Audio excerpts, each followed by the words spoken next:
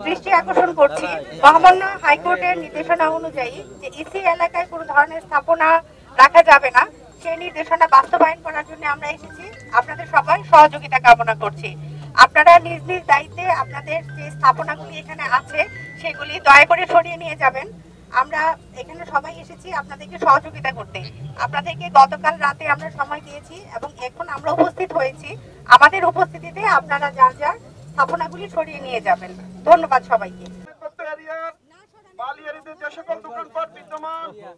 আপনারা আপনাদের দোকান সমূহ অতি দ্রুত উন্নত সরিয়ে ফেলুন।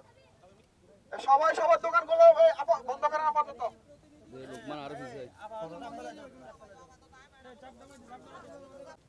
সামান্য হাইকোর্টের নির্দেশনা মোতাবেক ইসি গ্যাজেটভুক্ত এরিয়ার বালি এরিয়াতে যে সকল দোকানপাট বিদ্যমান আপনারা অতি দ্রুত আপনাদের দোকান সমূহ উন্নত সরিয়ে নিন। মহামান্য হাইকোর্টের নির্দেশনা মোতাবেক ইসি গ্যাজেটভুক্ত এরিয়ার বালি এরিয়াতে যে সকল দোকানপাট বিদ্যমান আপনারা আপনাদের দোকান সমূহ অতি দ্রুত সরিয়ে আমরা ওনাদেরকে রিকোয়েস্ট করেছি যে হাইকোর্টের আইন বাস্তবায়নে আমরা সবাই এই আইন আমাদের দেশের মানুষের জন্য, তবে একটা পরিষ্কার কথা বলতে চাই, আইন সবার জন্য সমান চাই।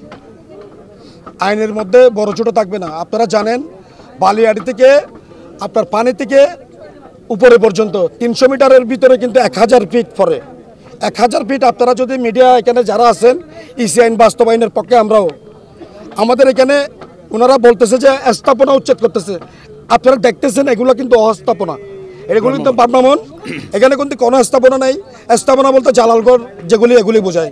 তো এগুলির মধ্যে মনে করেন জালালঘর যেগুলি আছে সত্যিকারে জালান কোটাগুলি না উঠিয়ে ইসি আইন বাস্তবায়নের সত্যিকার অর্থের যেটা 300 মিটারের ভিতরে জালান কোটা রয়েছে এটা না উঠিয়ে বারবার আমাদেরকে এই শুধু সুগন্ধা বিচের এই নিরহ ঝিনুক ব্যবসায়ীদেরকে উচ্ছেদ করে এই ঝিনুক শিল্পকে ধ্বংস করার যে পায়তারা, আমি এর তীব্র নিন্দা প্রতিবাদ জানাচ্ছি। বড় বড় স্থাপনা যেগুলো আছে ওগুলো থেকে যায়, তাদের জন্য কোনো আইন নাই, আমাদের জন্য শুধু আইন আমাদেরকে নিয়ে বাস্তবায়ন করে।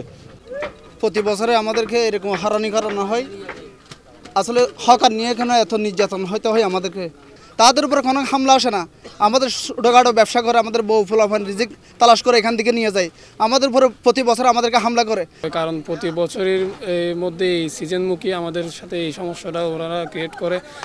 প্রতি বছর যেমন ব্যবসা বাণিজ্য হতে হয় লাস্ট মুহূর্তে, রমজানের আগে কিছু মাস হয়, 2-1 মাস।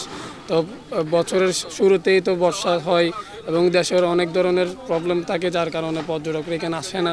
তো যে সময়ের মধ্যে ব্যবসা বাণিজ্য, এই সময়ের মধ্যে আমাদের সাথে এই সমস্যাটা শুরু করেন ওনারা, উপদেষ্ট কমিটি যারা আছে তারা। মহামান্য হাইকোর্টের নির্দেশনা আছে যে সমুদ্র সৈকতের বালিয়াড়িতে ইসিভুক্ত এলাকায় স্থাপনা থাকবে না আর কি। সেই কারণে আমরা আজকে আসলে উচ্ছেদ অভিযানে এসেছি। সাংবাদিকদের সাথে পর্যায়ক্রমে আমরা আলোচনা করেছি যে ওনাদের যে অস্থায়ী স্থাপনাগুলি আছে ওনারা স্থাপনাগুলি সরিয়ে নেবেন। এর বিষয়ে আসলে ওনারাও সহযোগিতা করেছে।